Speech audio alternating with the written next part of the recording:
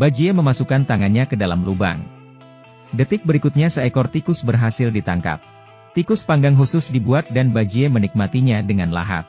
Dia juga dengan ramah menawarkan kepada Yanzu. Tetapi Yanzu yang dingin menolak.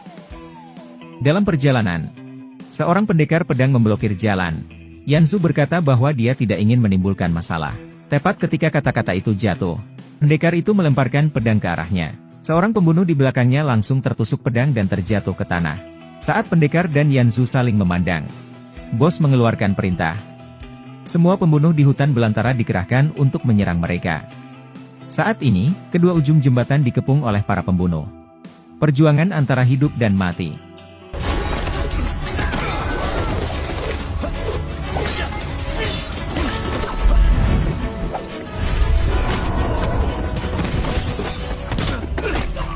Setelah beberapa saat, para pembunuh mulai menyerang dan kalah satu demi satu. Saat ini pendekar dan Yanzu berhadapan dan sama-sama memegang pedang.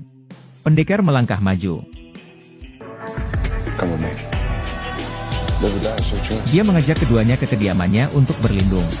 Ketika Bajie masih meragukan apakah pendekar ini akan menggunakan mereka untuk mendapatkan hadiah. Detik berikutnya, pendekar itu melepas bajunya, memperlihatkan tato pembunuh yang sama seperti Yanzu. Tato pendekar ini bahkan lebih terlihat hidup di seluruh tubuhnya. Jelas bahwa lebih dari 400 nyawa jauh lebih rendah darinya. Ternyata pendekar itu adalah pemburu hadiah legendaris yang disebut Mingyue oleh orang-orang di Jianghu. Tapi kali ini dia tidak berniat menukar dua nyawanya untuk mendapatkan hadiah. Sebaliknya, dia memberi mereka pakaian dan tempat berlindung. Karena dalam pertarungan dengan si pembunuh, pendekar mengetahui bahwa Yanzu sangat terampil. Sekali lagi membangkitkan semangat kompetitif bawaannya. Bahkan ingin melawan Yanzu. Dalam keputusasaan, Yanzu hanya bisa setuju untuk bertarung dengannya.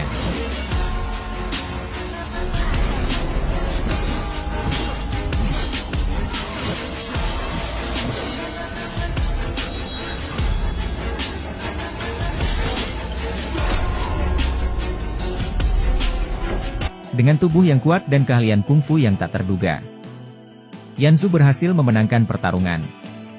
Pendekar bersikeras untuk mengalahkan Yanzu. Saat Yanzu berbalik dan pergi, pendekar mengambil pedang dan hendak menikam Yanzu dari belakang. Tetapi Bajie yang memiliki penglihatan tajam dan tangan yang cepat, berhasil memblokir dan memotong tangan pendekar dengan pedangnya. Yanzu merasa sangat kasihan dengan nasib pendekar. Bajie sangat senang, dan mereka bisa pergi dari sini. Bajie membawa Yanzu ke tempat saudara laki-laki berjanggut. Yanzu mengeluarkan pedang itu dan memberikannya. Saudara laki-laki berjanggut melihat pedang ini dengan ribuan jiwa mati di atasnya. Keesokan harinya, para wanita melayani dan menghibur dengan anggun. Bajie sangat menikmatinya. Sedangkan Yanzu hanya menuangkan air, duduk dan minum di sampingnya. Kebaikan Yanzu menyentuh hati pelacur itu. Dia ingin meminta bantuan Yanzu. Dia dan putrinya akan ditangkap oleh saudara laki-laki berjanggut. Tetapi Yanzu tidak bisa berbuat apa-apa. Suatu hari, ketika keduanya hendak pergi, saudara laki-laki berjanggut benar-benar menangkap pelacur itu dan putrinya. Mendengar suara kesakitan dari pelacur itu, saudara laki-laki berjanggut itu tidak hanya melukai wajah dan menjambak rambut pelacur itu, tetapi kembali melukainya dengan sangat kejam. Yanzu akhirnya tidak bisa menahan amarah di hatinya. Segera memasang postur bertarung.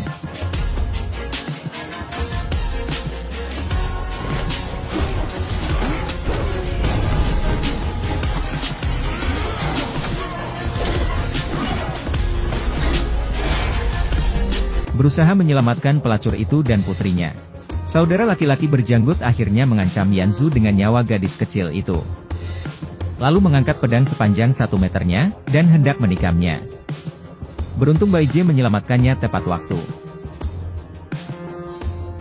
Segera dia mengambil kunci di tanah. Melihat Yanzu bertarung sendirian dengan tangan kosong, Bajie kemudian mengambil pedang di tanah dan melemparkannya kepada Yanzu. Dengan pedang itu Yanzu tidak terkalahkan. Menghadapi lawan seperti memotong buah dan sayuran. Kemudian Yanzu mundur melompat ke dalam mobil yang dikemudikan oleh Bajie, dan mereka pergi. Dalam perjalanan melarikan diri, Yanzu datang ke sebuah hotel. Namun tanpa sengaja berpapasan dengan MK dan Xiao Mei. Ternyata mereka menghindari kejaran para biksu. Tapi begitu kata-kata itu selesai, 3 biksu itu mengikuti pelacak dan menemukan tempat ini. Mereka mengelilinginya bolak-balik. Yanzu memegang pedang bulan perak, dan dia melihat jubah biksu itu. Perkelahian tidak bisa dihindari.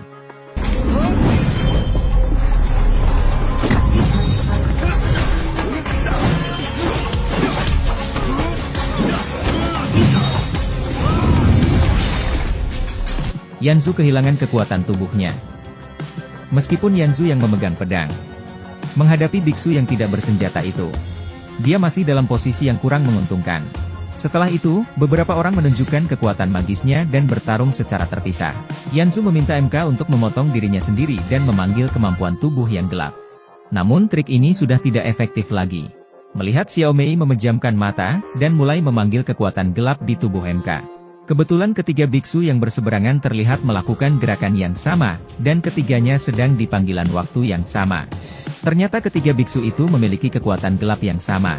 Pupilnya akan melebarkan seluruh rongga mata dan menjadi hitam. Yanzu dan yang lainnya sama sekali bukan tandingannya.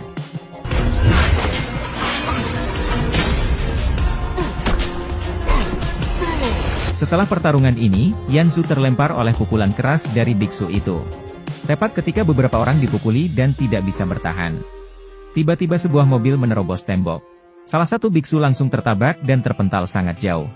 Kepala biksu yang melihat pemandangan itu sangat marah. Yanzu tercengang melihatnya. Sebuah belati menembus leher salah satu biksu perempuan. Ternyata Xiaomei yang melakukannya. Detik berikutnya Xiaomei terjatuh ke tanah. Ternyata yang mengendarai mobil itu adalah Bajie. Untuk membantu Yanzu saat kritis. Lalu bisa mempercayai Bajie dan tiba tepat waktu. Dari dialog antara Bajie dan biksu, ternyata mereka sebenarnya adalah saudara dari sekolah yang sama. Setelah keduanya mengobrol, Bajie menunjukkan kemampuannya yang sebenarnya.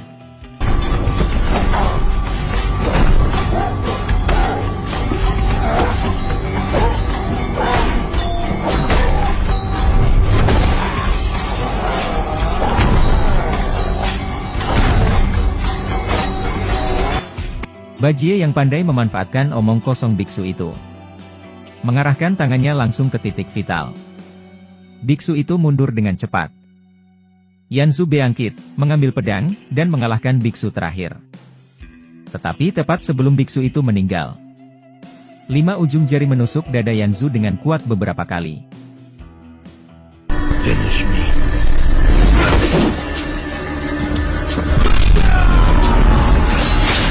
Tiba-tiba Yanzu merasakan sakit yang tak tertahankan di dadanya.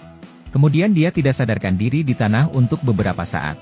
Dalam mimpinya, Yanzu melihat bahwa putranya telah tumbuh sebagai keluarga. Beranggotakan 3 orang, tinggal di gunung terpencil, menjalani kehidupan yang damai dan bahagia. Tapi ketika dia menoleh ke belakang, hantu di luar rumah mengagetkannya, tapi segera menghilang. Kemudian, segala macam hal aneh terjadi satu demi satu. Suatu hari, anak laki-laki mereka sedang bermain di kebun. Ketika mereka berlari ke kandang babi, mereka tercengang melihat pemandangan di depannya. Semua babi di dalam kandang sudah mati. Punggung babi ditutupi dengan simbol tambah. Tiba-tiba setetes darah jatuh di dahi Yanzu. Dilihat dari jejak di atap, si pembunuh baru saja melakukan kejahatan. Keesokan harinya, ketika Yanzu sedang mengobrol, dia membuka pakaian putranya. Dia menemukan tato pembunuhan yang sama di punggungnya. Yanzu bertanya kepada putranya apa yang terjadi. Putranya mengatakan kepadanya bahwa itu adalah seorang gadis bernama Artemis. Kehidupan pertanian Meng mengungkapkan keanehan di mana-mana. Tubuh memar Yanzu menjadi semakin serius. MK menyarankan kepada Bajie bahwa sejak dapat menggunakan 5 racun telapak tangan, Master harus memiliki cara untuk menyelamatkannya. Ketika Bajie mendengarnya, dia berkeringat dingin. Itu adalah praktik yang dia hindari setelah melakukan kejahatan. Sekarang kembali seperti menjebak dirinya sendiri. Tapi saat MK berbicara tentang Master, ada kompas di sana. Itu bisa memandu arah kota Asra. Kelas ke-18 menggerakkan pikirannya. Mengambil pedang bulan perak dan menyelinap kembali ke titik latihan bersama MK. Ketika keduanya menemukan apa yang mereka butuhkan, sesuatu yang tidak terduga terjadi.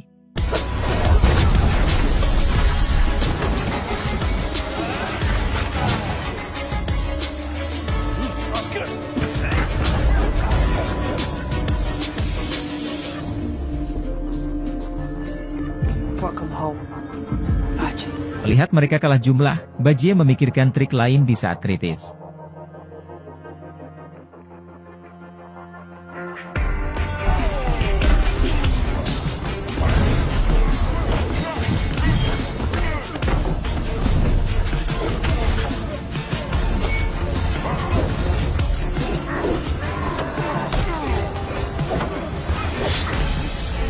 Akibatnya, pupil para prajurit yang terluka menjadi hitam, membuat mereka tidak dapat dibedakan dari teman ke musuh.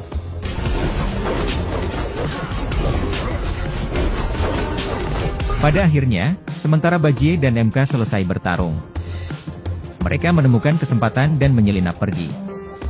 Di sisi lain, Yanzu melihat istrinya terbunuh dan terbaring dalam genangan darah. Dia berjalan keluar pintu mengikuti jejak kaki berdarah. Tetapi melihat dua hantu di luar pintu membimbingnya untuk menemukan putranya. Yang tidak dia duga adalah putranya jatuh ke dalam pembunuhan, dan dia membunuh ibunya sendiri.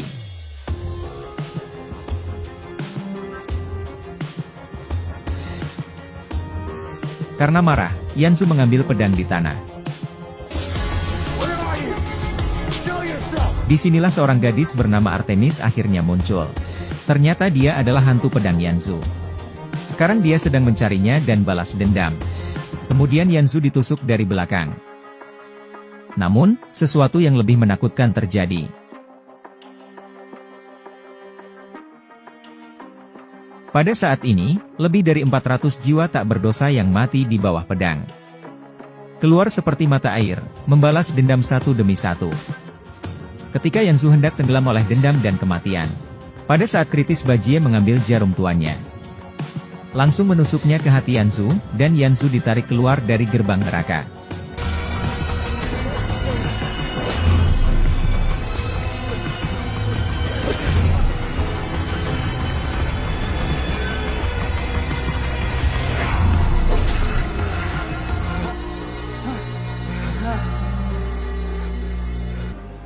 Thank you.